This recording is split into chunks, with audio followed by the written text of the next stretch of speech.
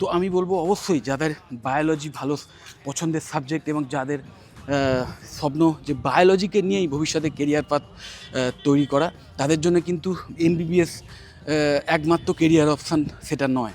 MBBS যদি by chance admission না পাও, চিন্তা করার কিচ্ছু নেই, ভেঙে পড়ার কিচ্ছু নেই। এই টাইপের ভালো ভালো কোর্স সেইগুলো বেছে নিতে পারো। এইগুলোর মধ্যে এগুলো কিন্তু কোনো অংশেই মানে কম জব ওরিয়েন্টেড নয় বা কম প্রফেশনাল নয়, এবং এই প্রত্যেকটা কোর্সই কিন্তু বায়োলজিকে বেস করেই।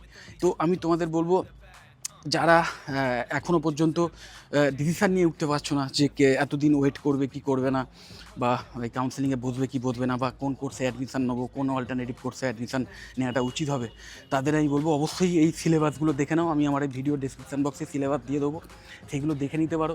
দেখে নিয়ে তোমরা ডিসিশান নাও, নিয়ে তোমরা ইমিডিয়েটলি এই কোর্স মানে যে সমস্ত কলেজে খুব ভালো ল্যাবস আছে বা ভালো